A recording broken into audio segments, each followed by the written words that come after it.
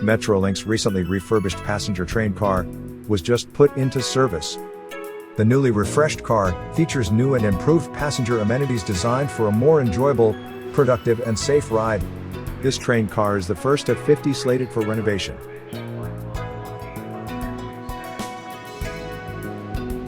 Enhancements include features that make the train cars easier to clean, such as vinyl seating and non-carpeted flooring, as well as enhanced air filtration and UV lighting for bacteria, air pollutant and virus protection.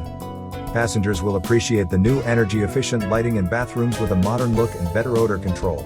For enhanced safety, the refurbished cars also have side door obstacle detection, 3 emergency intercom buttons on every car and emergency fresh air ventilation in case of power loss. Metrolink has a total of 121 passenger train cars that were originally built by Bombardier between 1992 and 2002. While all train cars undergo regular daily maintenance, some of the older cars were in need of a midlife makeover to improve their reliability and extend their useful life. The order to rebuild 50 of the 121 Bombardier train cars was placed with Togosystra joint venture in June 2019. Metrolink expects to have 17 refurbished cars in service by the end of 2022, and all 50 cars should be available by early 2024.